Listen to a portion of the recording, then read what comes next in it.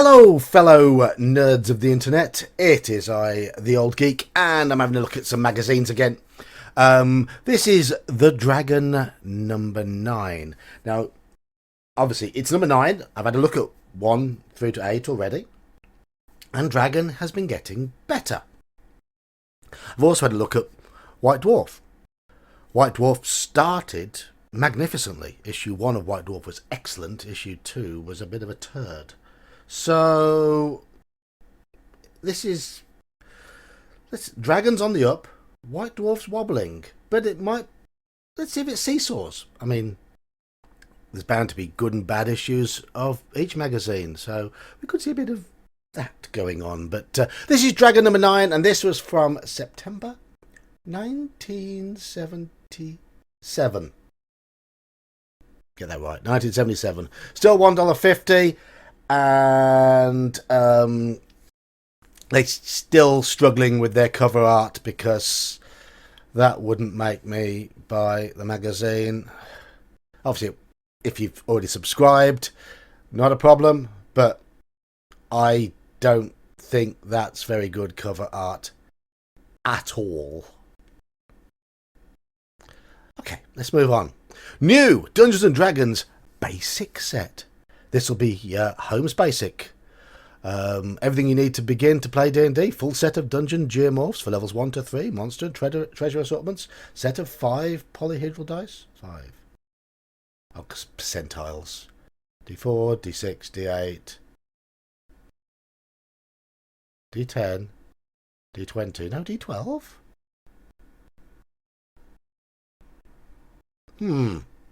Answers on a postcard. Which one's missing? Was it a D12? Or didn't they provide you with D6s assuming you'd already got D6s? Revised D&D rules book, all in a beautifully illustrated full colour box. $9.95 plus £1 postage and postage and handling. That's not bad for the home set. Okay. Still selling lots of figures. And what's Tim Cass got to say? Just got back from Origins 77 a few days ago, and the impressions are still sorting themselves out. Seems to have fallen short of the rather optimistic attendance predictions, but I'm sure he's meant to say following the power, but followed the power failure and was threatened by a record-setting heatwave, which only broke the evening before it opened.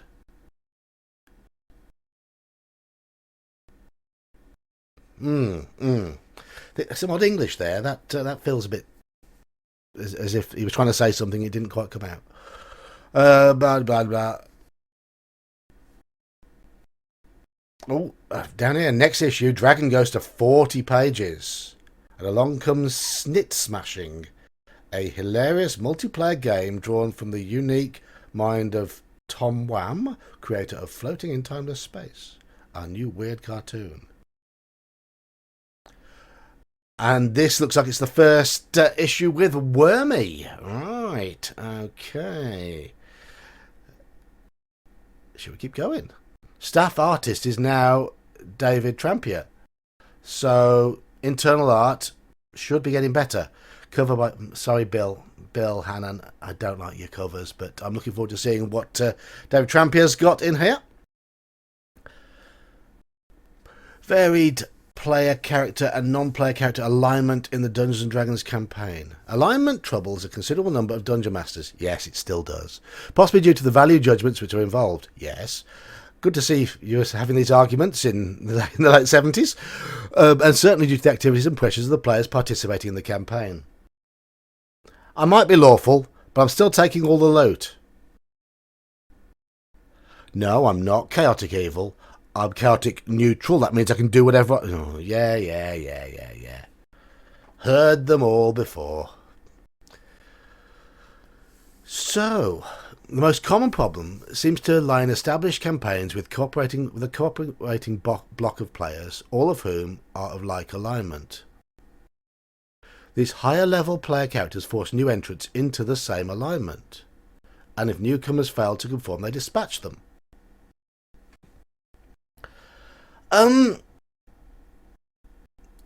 why is the existing group the problem?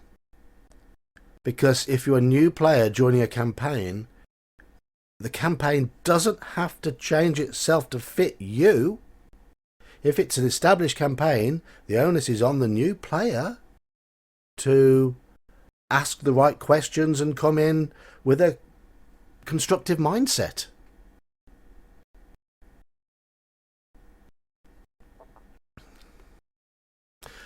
It does go on to say, if the new player suspects that the alignment of his or her character will be subject to discovery, it's incumbent upon the players to dissemble with regard to alignment. There's no reason why the new character cannot be listed as neutral. Well, to be honest, when it was just lawful, neutral, and chaotic, there's no reason why you can't have a neutral in an all lawful party or a neutral in an all chaotic party, because there's grades of neutral. Just as there are grades of lawful and grades of chaotic. I prefer the 9-point system anyway. I will say that now. I know there's people who like the simple, lawful, neutral, chaotic of basic D&D, but I like the 9-point system. Bloody bleed. Okay, I'm not going to read it all, but OD&D had 5 alignments, didn't it? Didn't OD&D have lawful good, neutral, chaotic evil, lawful evil, and chaotic good? The only issues there really should be on the good and evil axis, and neutral should be able to fit in, unless, of course, there's a really stuck-up paladin in the party, or... Anyway. Don't want to talk about alignment too much.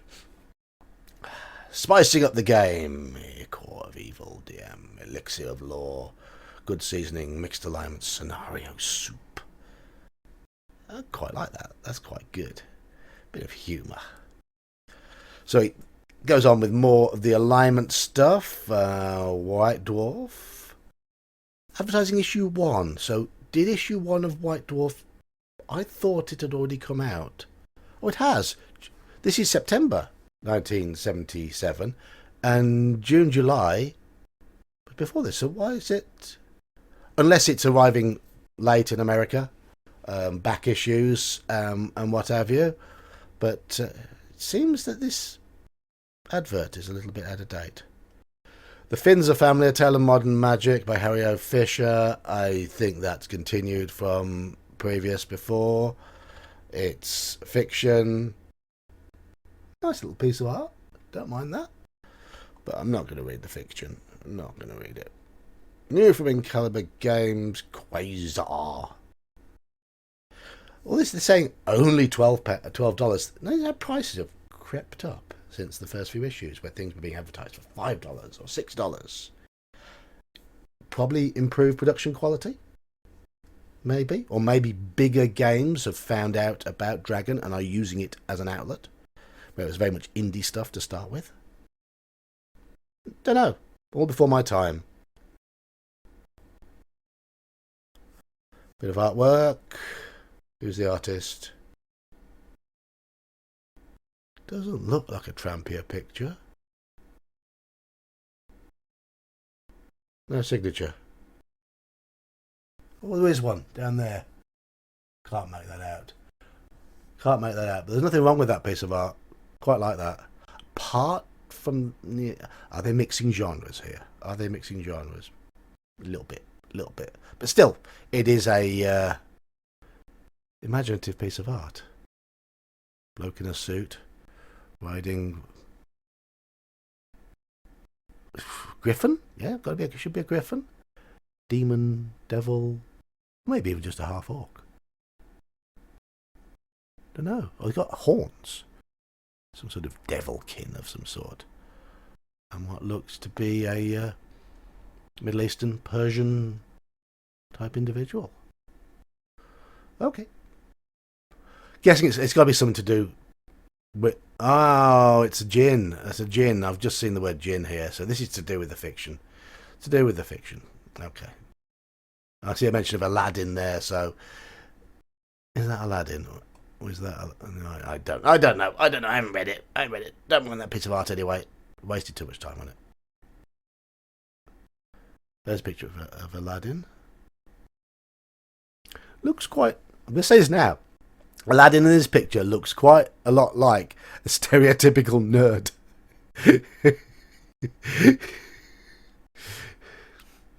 Looks like one of us. Apart from the shoes.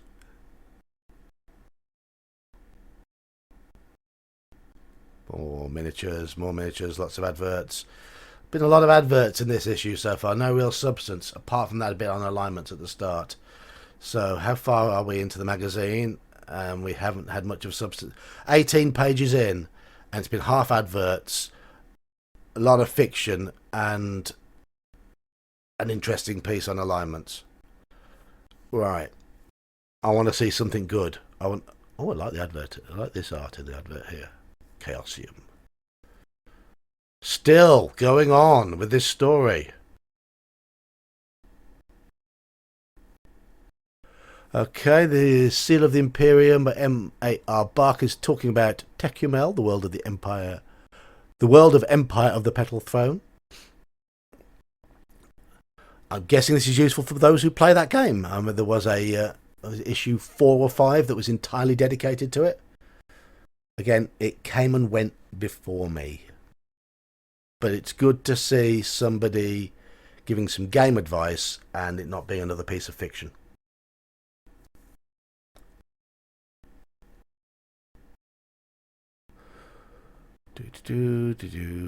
Is that an intentional misspelling of wizards? The fastest guns that never lived. This second article on the fastest guns that never lived is dedicated primarily to the great movie stars of days gone by. Their daring feats and blazing gun battles far surpassed even the greatest of real-life gunslingers. It's primarily through their efforts that the Old West still remains alive in the hearts and minds of today's Americans. Wild West films? Yeah, of course. I used to love them when I was a kid. I think Tombstone's one of the best films I've ever seen. It's fantastic. Outlaw Josie Wales, Unforgiven. Yeah, I've quite enjoyed some of those films over the years. Back to the Future. I do like that, actually. The Back to the Future Wild West one. Was that Back to the Future 3? It was. I think it was. So these are talking through people who starred in Western films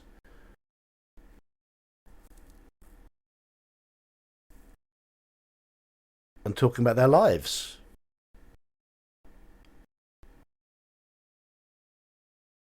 Okay. If you're going to be drawing a bit of inspiration from this sort of thing, with it, you can draw inspiration from anywhere. I mean, how many of us have drawn inspiration for an elf from Legolas or a dwarf from Gimli? Only happened the other day in our Shadow of the Demon Lord game that one character got himself a soul-sucking sword, and he then had his character mutate into something akin to a goblin version of Elric. Yeah, we get our inspiration from all over the place, so why not? Why not? Oh, they give them stats for Boot Hill, I'm guessing.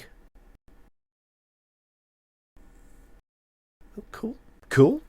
Giving the actors stats. Fair enough. Tombs and Crypts by James M. Ward. The mystery, challenge and pleasure of any wargamer in discovering and opening a tomb of some... They're still referring to players as wargamers? So it shows the mindset of the time still? I mean, I wouldn't class myself as a wargamer. I've dabbled with the occasional war game, but I'm a role-playing gamer. I'm not a war gamer as such, but they're still referring to them as war gamers. So, it's loot depending on who's in the tomb. Yep, useful little table.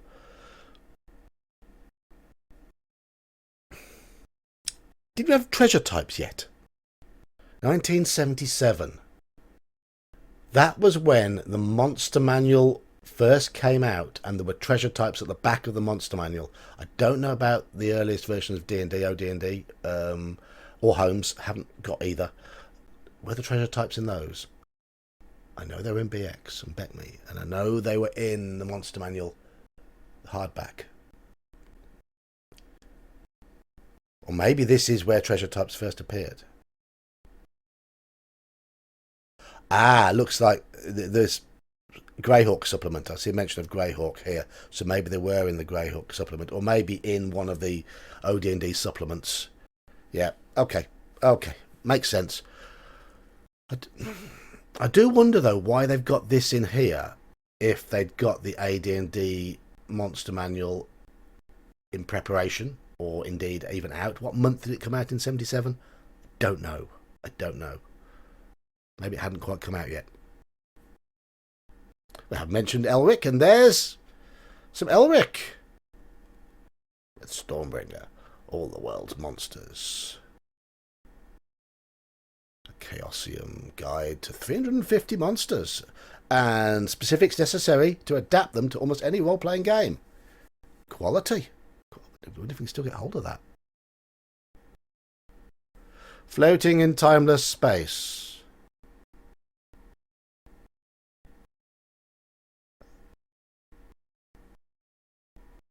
Okay. This is Tom Wham. Snit smashing. That's going to be next time. But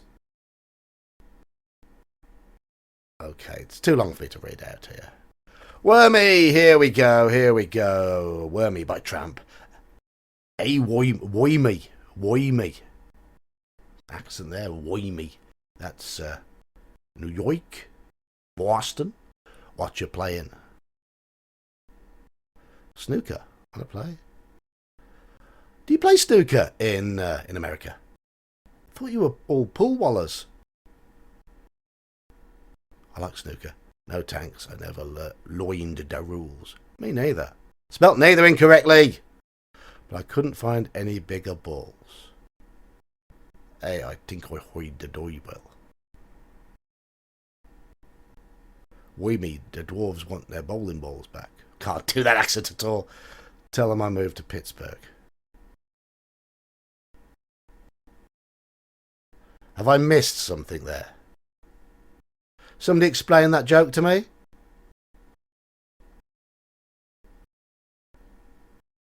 Okay, so the dragon has got... Wormy the dragon has got dwarven bowling balls and is playing snooker with them. But this, tell them I moved to Pittsburgh. Is that some ongoing joke? Phineas Fingers. Don't mind a bit of Phineas. I thought Phineas Fingers was okay. I'm not going to read it. Not right now. May well do. I'll come back to it. Not for the purpose of this video, anyway. More adverts. Adverts. And there we are at the end already. Feels a bit light to me. Yeah, we see Wormy, so it's a better quality of cartoon, though I don't get that joke. It might be an in-joke. The fiction was too long. I suppose you've got to put Empire of the Petal Throne in, because that's around at the time, but not of interest to me.